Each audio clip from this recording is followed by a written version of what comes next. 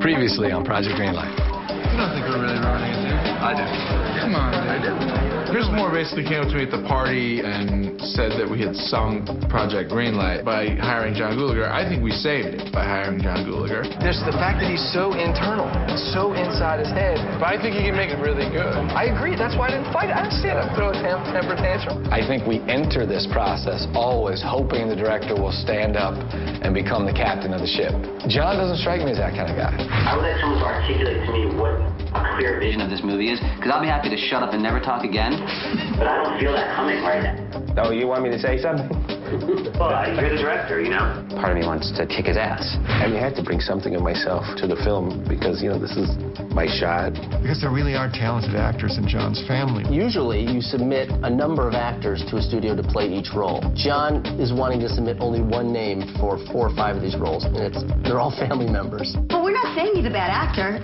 I wish you hadn't said to bring it up and to talk louder and stuff like that. I don't know where that came from. You've had 3 days to talk to me about this, so why bring it up in front of everyone? John could derail based on some of his demands not getting met. At the end of the day, I work for you. I want you to get what you want. But you don't work for me, you work for Dimension.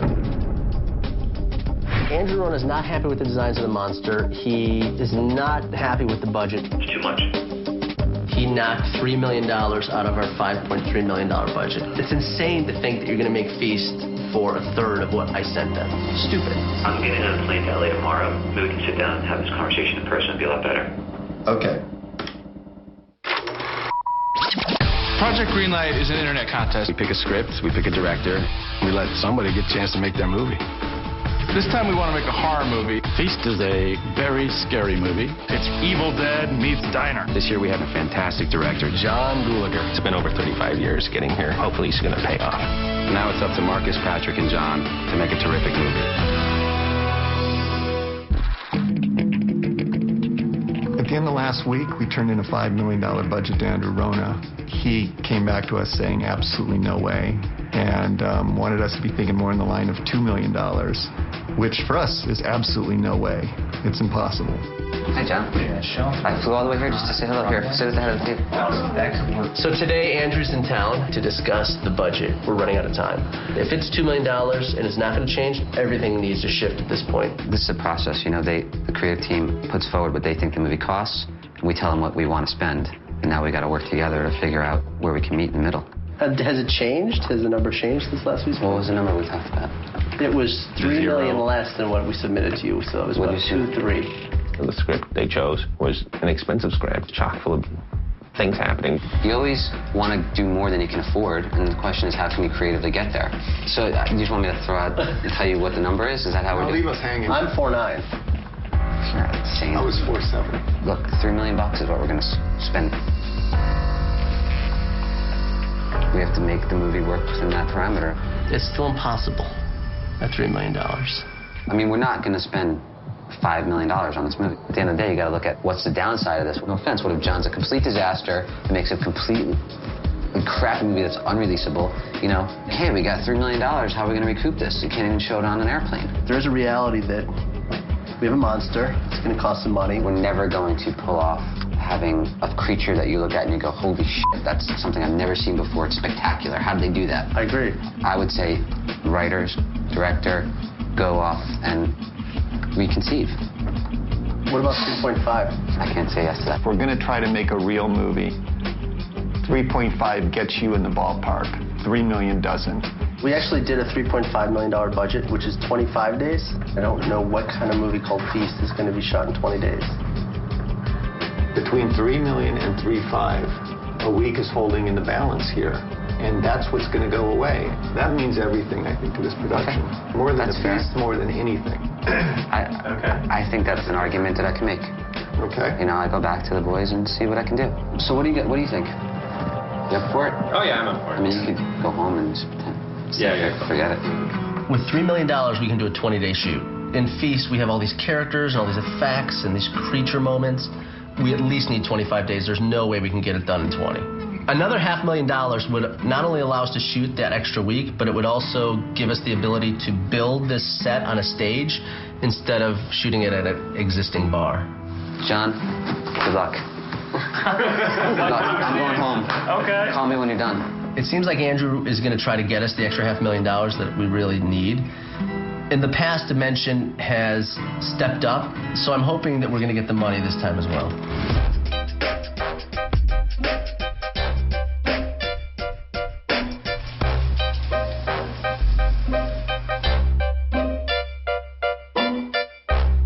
How's it feeling, John? You enjoying sort of?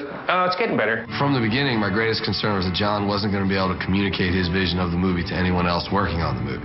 I was taking him to lunch really to try and convince him that he needed to find a way to share his vision with the other people on the movie in order to get the best movie possible. I just thought we'd get together because we hadn't gotten together and just see how you were feeling, what I could do to maybe help you out. Part of directing in this kind of thing is figuring out a way to communicate so that people understand where you're coming from in a group, right? That can be hard. Figuring out how to communicate in a group is a skill in and of itself, right? And I can help you find ways to get the points across or do whatever. I'd be glad to do that because what you don't want is to quell a great talent on the mundane stuff. I believe you're going to make a really good movie if you find a way to get this whole company. If you get all of them on your train and on your vision and doing what you want, you're going to be pleasantly surprised every day. There comes a moment where you're fighting for something, and they say, well, where were you last month? You know, you should be glad that you're even doing this, that type of thing. But the difference is, what will happen, you'll slowly continue earning the benefit of the doubt, right? And that's why you got to be a little bit careful about how much you push the friends you want to work with, the people you want to work with, the actors. Because it's all sort of an image game, and you're sort of saying you want them to somehow be convinced that you have the movie's best interest at heart. But who you want to really convince of that is Andrew and Nick. And all kinds of things, you know, going on with the casting, you know. It's going to be interesting because, you know, of course I have some ringers I'm going to throw in there and see how that plays. The idea of casting the whole movie with John Gulager's family has come up. My personal opinion is that that is not good for the marketing of the movie, nor is it really good for the professionalism of the movie. The thing that's hard about where you are in it is it's all still potential. So I'm still the contest guy. I'm hoping the first day of dailies will actually be a good thing. I think until then, I'm still just going to be an unknown. You're right. You will be a little bit unknown, but your talent is self-evident. I want to be the guy that, the first guy that makes money. You know, yeah, we want you to. I need a good movie. All right. Thank you very much.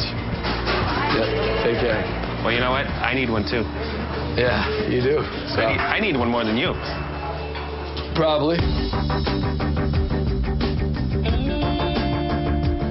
The writers have turned in another draft of the script, so we got Andrew Rona on the phone to discuss the changes. So I spent the weekend sort of doing my homework. I specifically watched Tremors because that's the one that Nick felt closely resembled sort of what we were going after. The more Andrew knows the vision of the movie he's going to get, the less reluctant he will be to hold back funds. Tonally, I get what we're doing now, so as long as we're in sync, that's sort of the tone we're going for. It makes me feel better. Andrew Rona at Dimension went and rented a couple of the films that we'd mentioned to him as tonally what this feast would represent to the director and to us. And he got it. Excellent. Well, and plus with the setting in the dark, this would certainly be much scarier, you know. While they went more for the jokes and camp, we're trying to avoid that, which adding more scares. I think it's going to be funny anyways from the lines, but I think we might play it a little more serious. Yeah. And not only darker in the look, but what I always end up doing anyways is everything kind of turns a little bit darker in tone. So if you think of Tremors, think of it a little darker than Tremors. Are you going to actually have him say the word hero? Well, I was thinking he turns into camera, and it's that traditional dolly shot up to him, and he says something like, I'm the guy that's going to save your ass. Great, that'll be better. You know, I got my balls busted, you know, in the last meeting. I would like someone to articulate to me what a clear vision of this movie is, because I'll be happy to shut up and never talk again.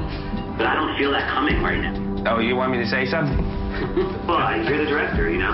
I just decided that I would talk more. I just get concerned about what you're actually going to be able to shoot physically at that moment. But it's more like, you know, like if you were shooting some war footage, the camera would be like swishing around, and then every now and then you might have a face looking one direction, and you'd see something, you know, run across the bar in the back, and I think it'll be actually kind of funny.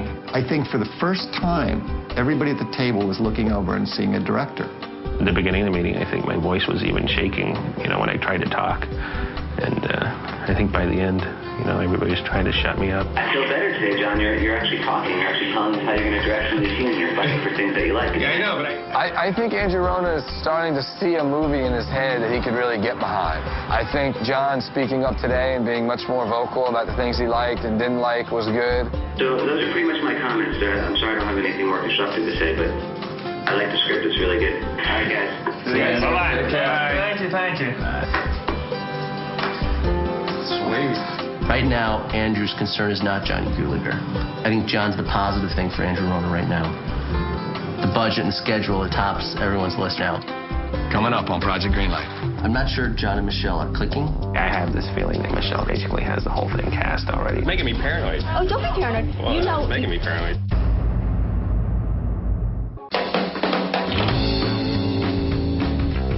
The first step is to have a good script. The second step is to have the right crew. John has only worked with his friends. He's been the DP on the movies that he's done, and he's going to have to hire a DP. Hi, nice to meet you. Okay. All right, so He's going to have to get in there and work with a production designer. nice meeting you. So you have a reel or something? Oh, yeah. That we could just look at? He's going to have to find a first AD who he wants to work with. That's going to be an intense experience for John Gulager. Hey, how you doing? I'm John. Hey, I'm John. I've never really done anything that's had such a large crew. And I mean, I don't think I've done anything that's had any crew.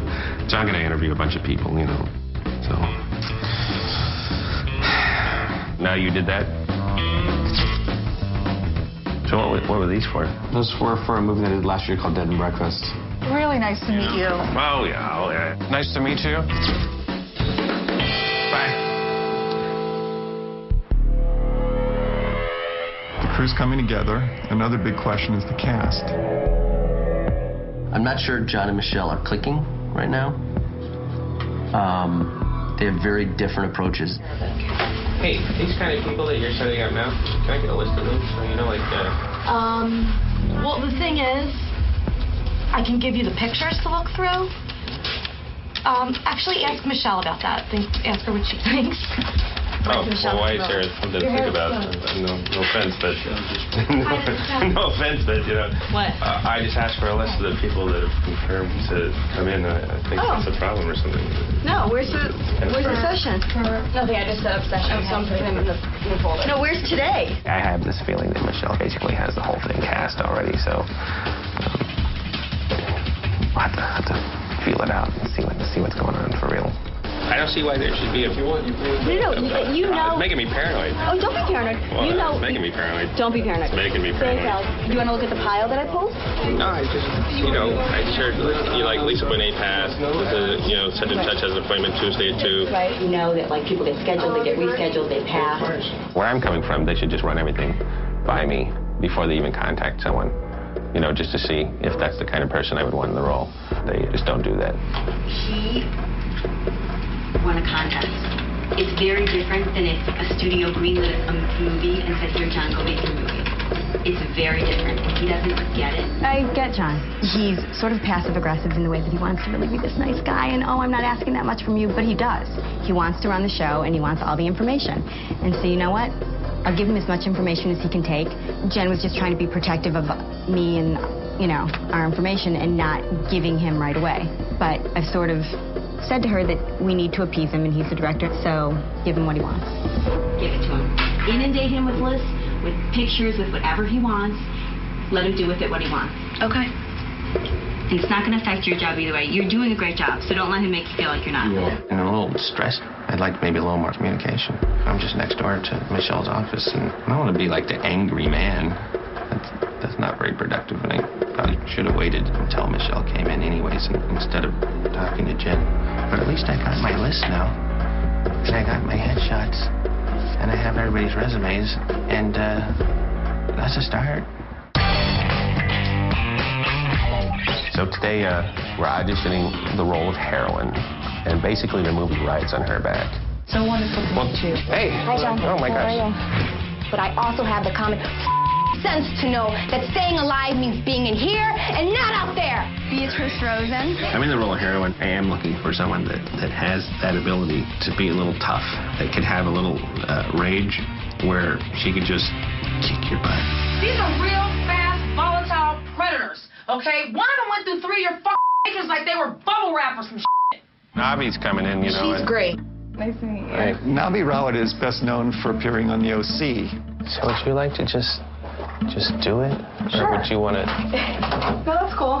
Let's do it. Okay. The reason I think Navi is good for heroin is, in my mind, talent-wise, I know she can pull it off. When I read Heroin, I can see her doing it. From a marketing point of view and from a studio point of view, she is up and coming. She's getting hotter. It all works in the right direction. We're surrounded the lights by something you've never seen before, okay? Some kind of animals. Real, fast predators.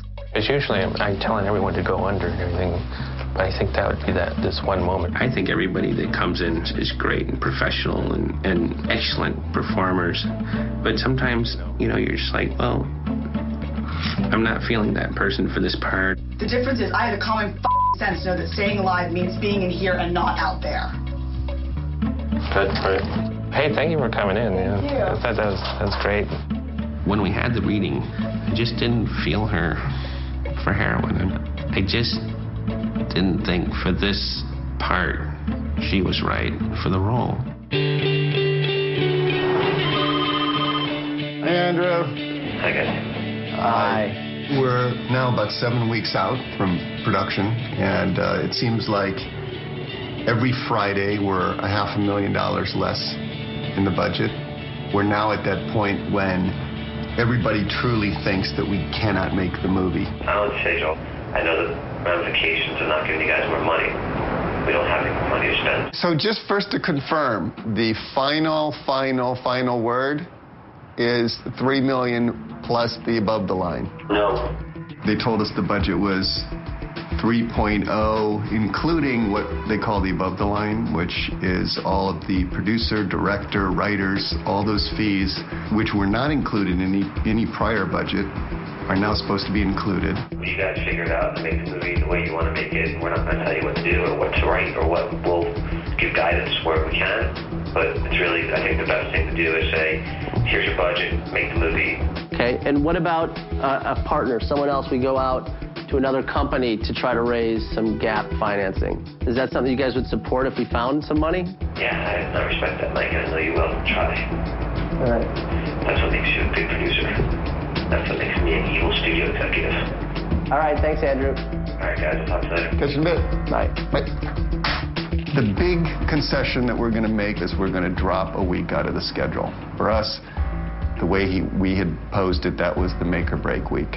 That was the one that made the difference between a good movie and a mediocre movie. We're going to have to do whatever we can to make the script more cost-effective. According to Andrew Rona, we're going to have to get the budget down to $3 million, full stop. There's a budget? Okay. We make it fit somehow. There's no easy place to go carve out money. Well, what are some concrete changes? We can lose the tunnel, right? I think we've locked the tunnel. Let's lose the tunnel. Tunnel's going away. All right, what about losing bartender? Not until we're forced, because all we're going to do... Dude, we're forced. Okay. Then if you got to do it, bartender's going to become grandma. Grandma's going to be the bartender. Another way to cut down the overall cost of the movie is to cut down the cost of the monsters, which kind of sucks because this is a monster movie. We had a meeting with Gary Tunnicliffe today. We sat him down and said, we have had to take some money out of your budget. The most traumatic blow was the 5 to 4 weeks caused by the $3 million budget that we are now faced with. Our primary objective here, under the $3 million, is to salvage what we can of the two main bulwarks of the movie, which is the set and the monsters.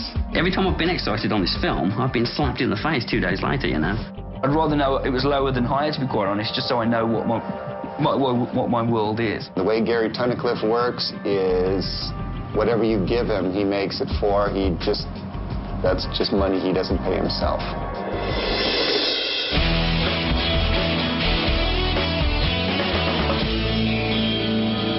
I stooped down to my lowest level so far trying to get money for the movie.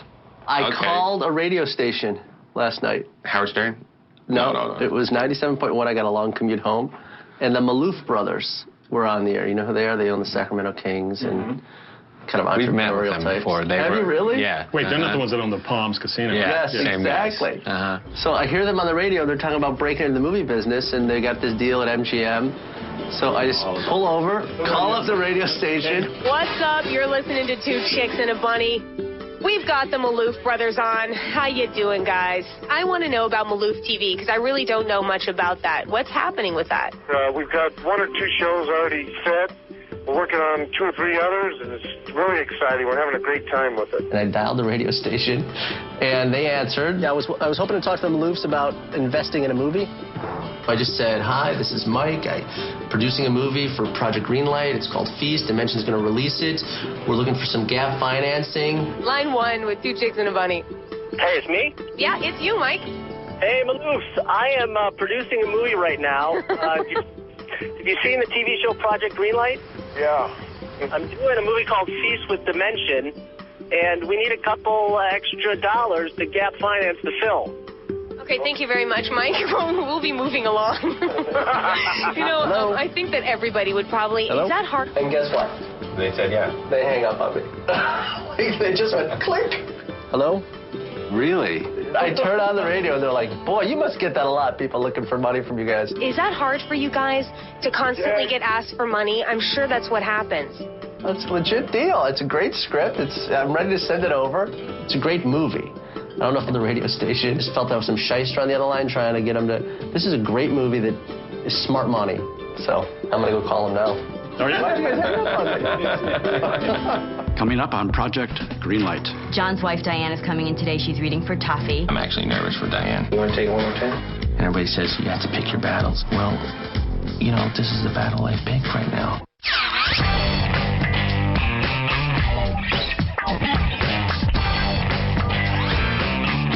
I'm going to have dinner with Wes Craven at a restaurant called La Loggia.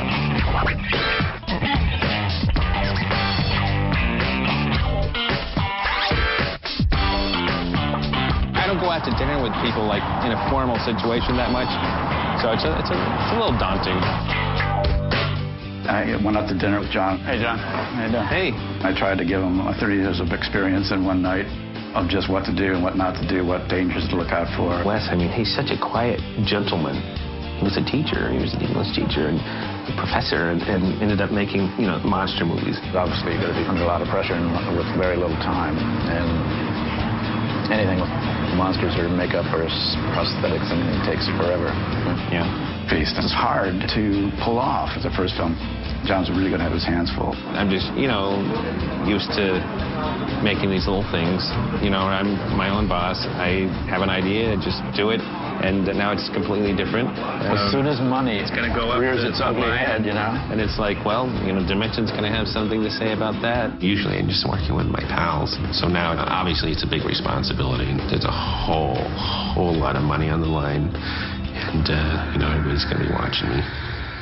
I know what everybody's going to be worried about is just falling behind. And that's not because of you, it's because of the nature of the script. A huge part of the crew's morale has to do with feeling like the director knows what he's doing, knows what he wants, make him your ally. I actually felt pretty good about the meeting. He's the teacher and I'm the student and all that sort of thing. Well, the hat trick is to make something that's interesting, but also make a good film. And making a good film is the first priority. Oh, I guess I had spaghetti and meatballs? Oh, thank you. I value a lot of the stuff he says. Try to act on the set like, you know what you're doing, and, you'll fool everyone, and that makes everyone feel better. It's a good film. And survival. Yes, survival. Those are the two things the director hopes for. You shut the f*** up! Shut the f*** up! Stop! She can make it. I won't die for her. My girlfriend, Diane, we've been together for 20 years. That's it. I already know everyone's going to fight me on this, but, I want Diane to play Tuffy. Diane's pretty close to this part, actually. She's had a tough life. She's pulled herself out of it, and I feel like Tuffy is kind of that same way. I love you so much. Basically, Diane's in everything I do, and if she's not in it, she's on the crew. Opinions? Why not? The whole thing with Diane is that We've already laid the groundwork. I don't have to convince Diane to do something. You know, she'll think of it ahead of me. Help me a lot if Diane's toughy. And action. Yeah, whiskey shooter, please. I want my mark on this film. The casting is the first giant tool that I have in my arsenal. Do you want to go over it some more, or you want to just call it a night for now? I guess let's call it a night, and then we'll go over it tomorrow before you leave. John's wife, Diane, is coming in today. She's reading for Tuffy. Tuffy really is the hero of the piece. She has a real arc in the movie, so it's really important that we're able to see that there's been such build-up on John's part, that Diane's a perfect person for the role. It's a big hurdle to get over, because he seems to have this block and can't look at anybody else without having Diane's audition out there and having everyone at Dimension and our production team look at it. Would you ever cast your... My sister-in-law? Your sister-in-law? Sure, if she was right for something. You bet you would. I just want you How are you going to use that against Just want me? you to remember that. Oh, hey, babe. Hi. Hi. Glad to meet you. Nice to meet you. Come on I'll show you some pictures. I'm actually nervous for Diane. It's become such a huge deal. Because I've seen your work actually only in John's stuff. So, and then I didn't even have a resume, you know. I very much want this role as Tuffy. I feel that my strong point will be that they will like my work. And action. Yeah, whiskey shooter, please. Which tab? Mine. Okay. You want to take it one more time? Mm-hmm. You want to take another beat? He'll be pouring a drink and stuff like that. Yeah, whiskey shooter, please. You want to do another one? What do you think? You can do as many as you want. Yeah, whiskey shooter, please. That's the one. Cut. Print. You want to go on to the next one? I love you so much. Do something! You shut the up! Stop! Badass, that's good. All right. I don't know. You whipped him into shape. Wait, do we need anything more? Is that fine or? No, I liked what we got. I want to make sure you're happy. Or? What do you mean? Enough for a callback. Well, I mean, is that what we have to do, right? Right. Well, no, you just want the tape to be as good as possible. So we got great takes, so you don't have to go on just to go on, you know? She was actually really good. I was very pleasantly surprised.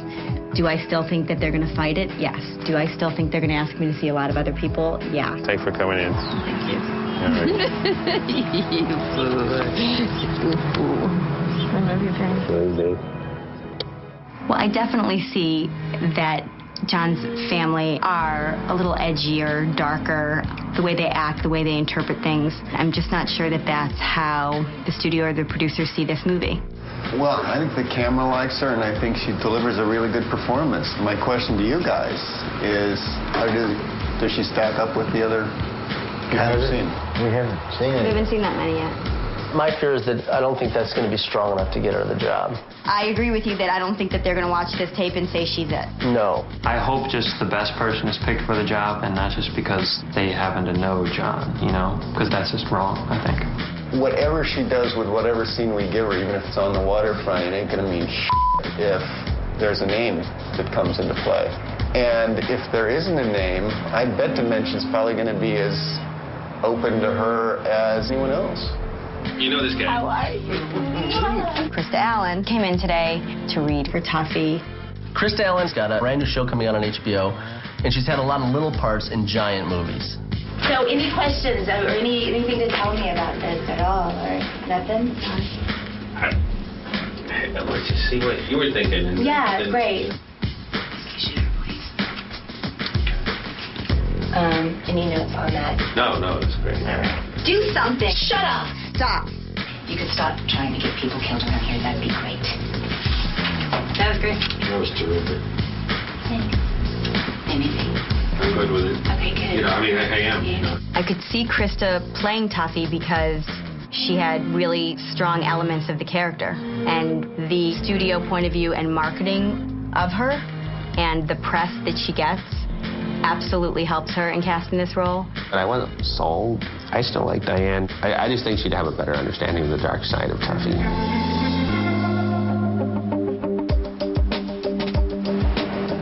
We got feedback from Andrew Rona about the casting tapes that we sent him, so now it's time to sit down with John and have a reality check about him wanting to put his entire family in this film. If you don't get a big name and all that kind of stuff. Talk about that, yes. You know, then like, it should be them. And it should be. It should be whoever's best in the role. You know, I kind of expected this to come along. I know that putting my family out there, you know, exposes me to ridicule, and I did it anyways. You asked me to see the other people. I'm seeing them. They're great. I like them all. I want these guys in the film. When I like someone, then it doesn't matter? Is that the deal? Of course it matters if you like someone. If you hire someone that did a good job for you before, is that nepotism? You know? So if I want to hire someone that I know is going to do what I want, it's going to give me the performance I want, is going to, you know, have the emotions I want, is that bad? But your credibility is shot until you get off the track of only thinking that Tom is the right guy for a beer guy and only thinking but that you think he's not the right guy. I think he is the right guy. All right, well, I don't know what give you a quick update here. Yeah. And this is going to be some hurtful stuff and there's going to be some happy stuff. Yeah. I'll start with the hurtful stuff. Rona looked at all the tapes, did not like Hannah, did not like Tom, was soft on Diane. It wasn't like he was going to rubber stamp her right away. So that's where we stand at this point. Why did they pick me? Why did they pick me? I mean, it's just a mystery. I'm just the guy that's supposed to be the director. If they don't think the director should be involved in casting, then that's asinine. The person that thinks the director shouldn't have a direct line on who should be in the film is asinine. Coming up on Project Greenlight. Apart from casting, John, but it's always you've been thwarted. John wants to fly to New York and personally ask Bob to cast his family. No, there's just no way to do that. If I hear one whisper like I did in New York, movie Bob, I'll pull the plug. You laid down ultimatums that make it appear that you are not serving the best interests of the movie. Well, I'm always serving the best interest of the movie, and you just don't know that. So you're just not that communicative in the casting audition? What do you want me to say? They have a thing that they've prepared. If you're not connecting with someone, just let it go. Let it go. You know, now I'm hearing, if I'm not connecting with someone, I should like pull out my wallet and pull out my pictures and we should swap stories or some shit like that. You know. Apart from casting, John, but it's always you've been thwarted. But this has all just started. Where have you been thwarted in terms of the rest of the movie besides familial issues? Or does it begin and end there? And if it does, then yes, I'm sorry, we are thwarting your vision big time. Choose your battles wisely, John, and fight for what's realistic and right for the movie. Your family is another issue. It is not the movie, it is your security blanket. This is just something that would just have to be resolved down the line in time. I hope it's resolved right now. It's just ridiculous. It's stupid. It's asinine. If he comes back tomorrow talking about an epiphany of his family, I'll call Chris Moore myself.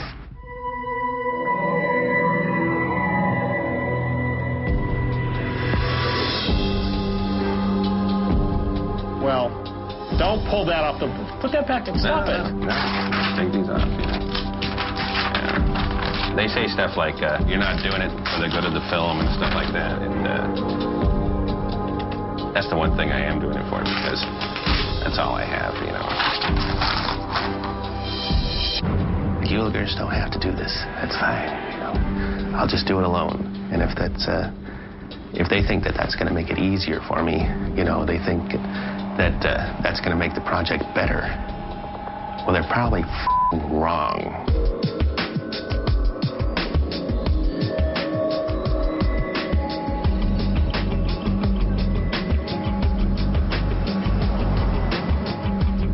You know, I don't know why they're saying that. You know, I wonder what right, you know, they have to say that. But you're what I want for the part. And I should be able to have those tools. That's when I know that they don't respect me. That's when I know that I have no pull. That's when I know that I'm just, you know, just this contest winner. But that's the way it is. Nepotism is frowned on in many industries. Well, it certainly helped us. I feel in the environmental aspect of family, has a lot to do with art. I've been thinking about the conversation I had the other day on nepotism and thought to myself that if nepotism had been carried to some extreme, that the Carradines and the Bridges and the Coppolas and the Barrymores and Bruce and Laura Dern, Henry and Jane Fonda and Peter Fonda, those people may not ever have happened. We have tons more people to see for your part. Of course, I'm not supposed to say your part because everybody gets so upset. If the family was involved with the film, it'll just make the film so much better than if they're not. It's just a different film. Tom and Diane and Clue and Hannah, you know, they're part of the kind of film that I would want to make. They just don't like what we like. They don't like the tone that we like. They don't like the stuff we do.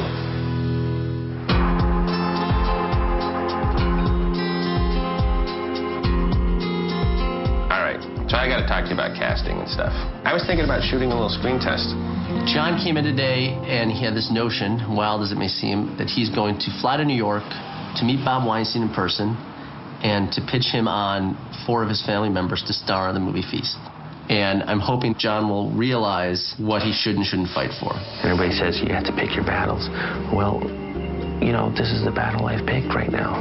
My opinion is that Bob and Harvey are guys that respond to passion. If you don't get what you want, you still need to be standing next to me directing that movie. Because if that's where you crack and fail, then I'm like befuddled and completely abandoned. Well, I mean, you don't think that they would just fire me first? No, I think they would say, do this. Don't, you're not doing that, you're doing this. And then your reaction then will decide if they fire you or not. Yeah, it's possible. I just want, John, you directing this movie if those people aren't in it. All right. That's all I ask. Otherwise, do whatever you need to do. Our director. Yeah.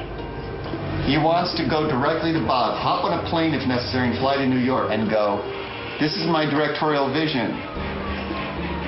My goddaughter as Honey Pie. Tom as Beer Guy. Diane as Tuffy. And Clue as bartender. John wants to fly to New York and personally ask Bob to cast his family. No, there's just no way to do that. Now you get me excited. Nick. Great. I mean, that's easy for you to say, but you know, I work for this company. I'll be fucking out on the street if I let these guys involved. But here's the thing: is you just let the guy go and hang himself. If I hear one whisper that guy's in New York, the movie's off. I'll fold the plug.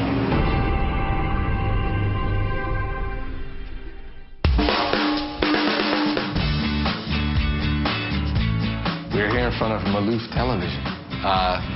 These are the brothers, or the family that own the Sacramento Kings. They also own the Palms Hotel in Vegas, and they're getting into the film business. And Sean Bailey, our partner at Live Planet, has a relationship with the brothers.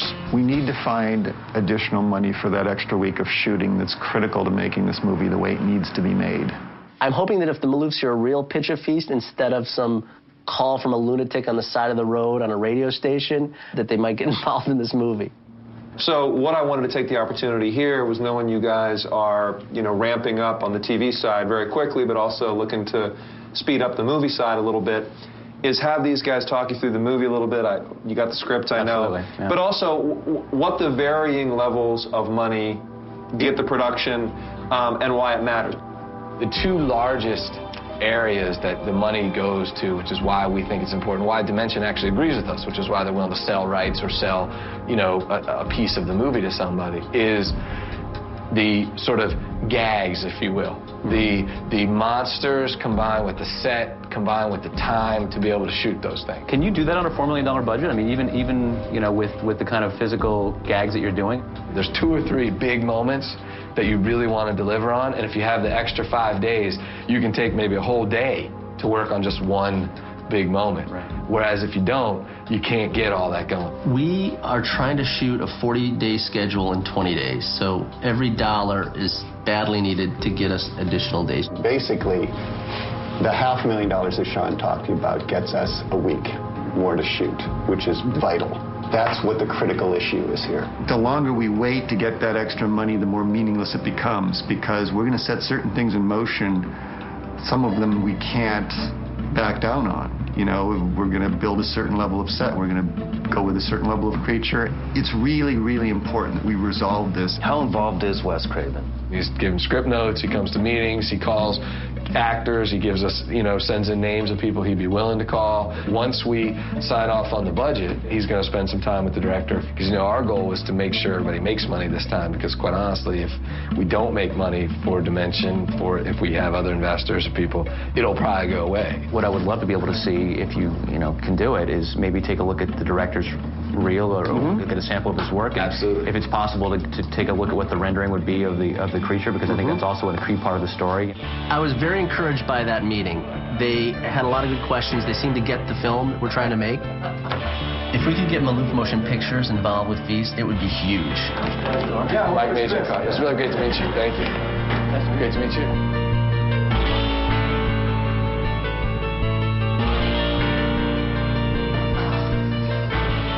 This guy calls a radio talk show to try to get our movie funded. Yeah, no. And then we wind up talking to those guys like real people. Thanks to you and Sean. Already you've gotten more options in play than I ever thought you'd be able to pull off. So, well, Joel, I'm a salesman. It is a hell of a lot of fun.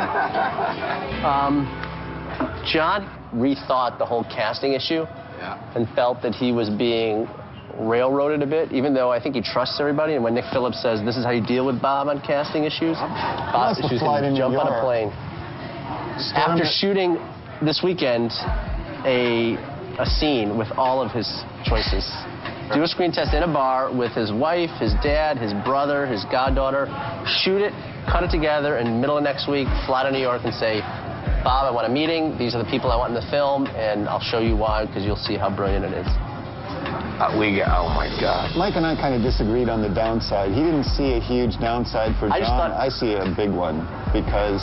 Well, I'm going to tell you, just telling me the story, you've already started the downside. So I'm going to give you guys, I'm going to give you the ability right now in this conversation to ask me based on literally as a personal favor to you guys to pretend I never heard this story, because I'm going to tell you what I'm going to do if I did hear this story. He'll be fired. Coming up next on Project Greenlight. The director falling apart is not a good use of money, right? So my point is... But we can't change that. Yes, we can. He's fired.